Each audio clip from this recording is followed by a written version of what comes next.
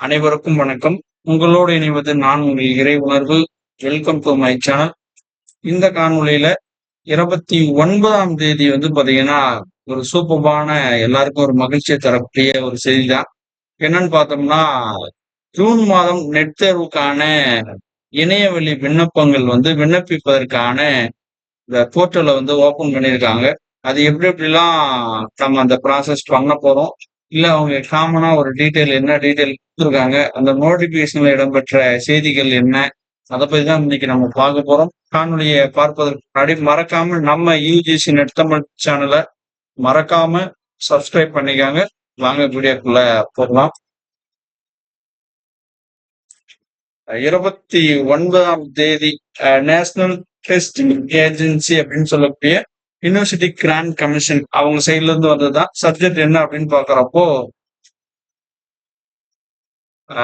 Opening of the online registration portal for submission of online application form UGC NET June 2026க்கான அந்த examination வைக்க போறாங்க அப்படின்றத சொல்லியிருக்காங்க. இது எல்லாமே காமனான டீட்டெயில் தான். நம்மளுக்கு இந்த தேர்வு எதுக்காக நடத்துறாங்க அப்படின்னா, பாயிண்ட் பாத்தீங்கன்னா, அசிஸ்டன்ட் ப்ரொஃபசர் கல்லூரியில பேராசிரியரா வேலை பார்ப்பதற்கான ஒரு சூழல். அடுத்து 2வது கிரேட்ல நம்மளுக்கு கொடுக்க போறாங்க. முதல் கிரேடே பாத்தீங்கன்னா, ஜூனியர் ரிசர்ச் ஃபெல்லோஷிப் இதுதான் முதல் கிரேட். இல்ல அப்படின்னா அசிஸ்டன்ட் ப்ரொஃபசர். 2வது பாத்தீங்கன்னா assistant professor and PhD.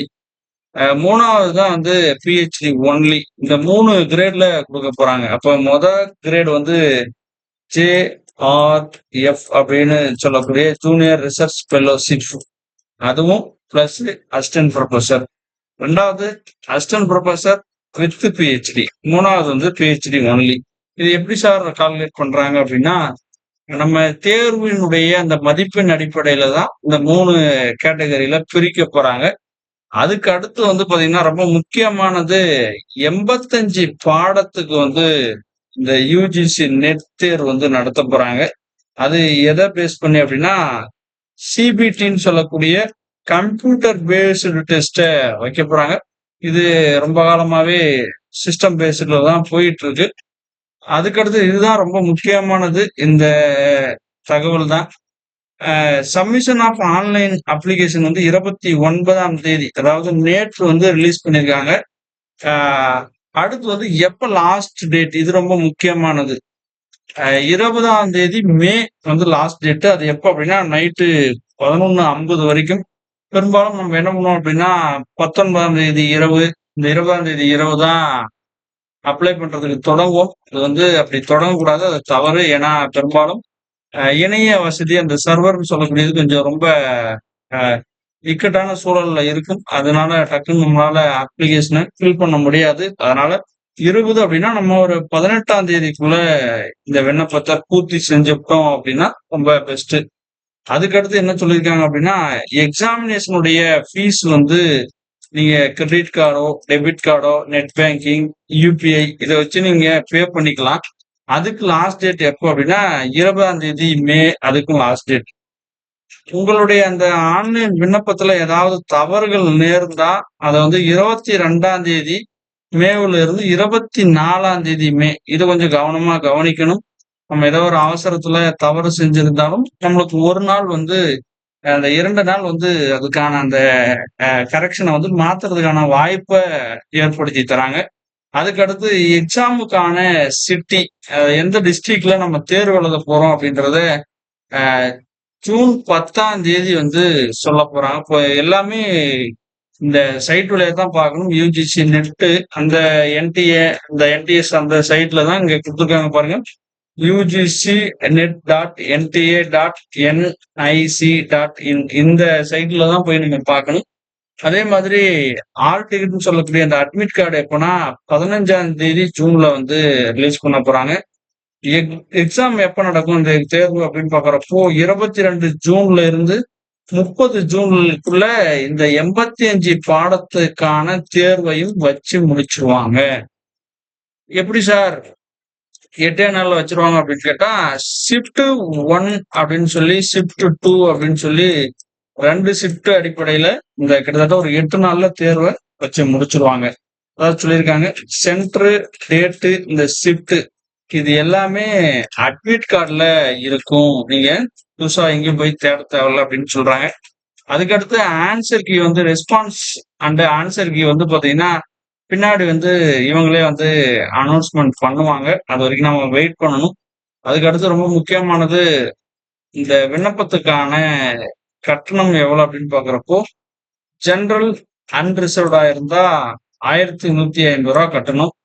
General EWS, OBC நில் இவங்களா இருந்தா ரூ. 600 கட்டணும். எஸ்சி, எஸ்டி, பிடபிள்யூடி இருந்தா 325 பிளஸ் வந்து தேர்ட் ஜெண்டர்னு சொல்லக்கூடிய திருநங்கைகளா இருந்தா ரூ. 325 கட்டலாம். அதுக்கடுத்து ரொம்ப முக்கியமான இம்பார்ட்டன்டான இன்ஸ்ட்ரக்ஷன் பாக்குறப்போ, எப்பயுமே இந்த தேர்வுக்கு வந்து விண்ணப்பிக்கும் போது இந்த வெப்சைட்ல போய் தான் விண்ணப்பிக்கணும். வேற எதுலயும் போய் விண்ணப்பிக்க கூடாது அப்படின்னு சொல்லியிருக்காங்க. அதுவும் எது அப்படின்னா ஆன்லைன் மோடு தான். இதை மறந்துடக்கூடாது. ஆன்லைன்ல மட்டும்தான் இந்த அப்ளிகேஷனை ரெஜிஸ்டர் பண்ண முடியும். அது மட்டும் இல்லாம இந்த அப்ளிகேஷன் வந்து வேற எந்த மோட்லயும் கிடையாது. நீங்க வேற ஏதாவது ஒரு வகையில அப்ளை பண்ணா அதை நாங்க அக்செப்ட் பண்ண மாட்டோம் அப்படின்னு சொல்லிட்டாங்க. அது மட்டும் இல்லாம ஒரு அப்ளிகேஷன் ஒரு கேண்டிடேட்டுக்கு ஒரு அப்ளிகேஷன் தான் உருவாக்க முடியும். அதனால நம்மளுடைய டீட்டெயில்ஸ் எல்லாம் கொஞ்சம் கவனமா கொடுக்கணும். அதே மாதிரி இந்த யுஜிசி நெட் சொல்லக்கூடிய ரூல்ஸ் இந்த அறிவிப்புகளை சரியா ஃபாலோ பண்ணணும். இது வந்து வெப்சைட்ல இருக்கு. அதை தான் நாங்க ஏத்துப்போம். மற்றதை நாங்க ஏத்துக்க மாட்டோம் அப்படின்னு சொல்றாங்க. அதே மாதிரி இமெயில் அட்ரஸ், மொபைல் நம்பர் ரொம்ப ரொம்ப இம்பார்ட்டன்ட். எது ஒன்னாலும் அவங்க இது வழியா எஸ்எம்எஸ் மூலியமா நம்மளுக்கு கான்டாக்ட் பண்ணுவாங்க. அதனால அது ரொம்ப அவசியமானது. இவங்க வந்து மெயில் ஐடியும் கொடுத்துருக்காங்க. அதே மாதிரி கான்டாக்ட் நம்பருமே கொடுத்துருக்காங்க. நம்ம எதனா ஒன்னாலும் கான்டாக்ட் பண்ணி பேசிக்கலாம். அதுக்கு அடுத்து வந்து பார்த்தோம்னா ஆதார் வெரிஃபிகேஷன் கேட்பாங்க. அப்ளிகேஷன்ல நம்ம சப்மிஷன் கொடுக்குறப்போ, அதனால அந்த ஆதார் வெரிஃபிகேஷனை கொஞ்சம் பார்த்துக்கணும். அதுக்கடுத்து ரொம்ப முக்கியமானது ரிஜிஸ்ட்ரேஷன் பண்ணும்போது கொஞ்சம் கவனமா பார்க்கணும். அதோட அடுத்தடுத்த ப்ராசஸ் அதுக்கு போகும்போதும் சரியா நம்ம டேட்டா கொடுக்குறோமான்னு பார்க்கணும்.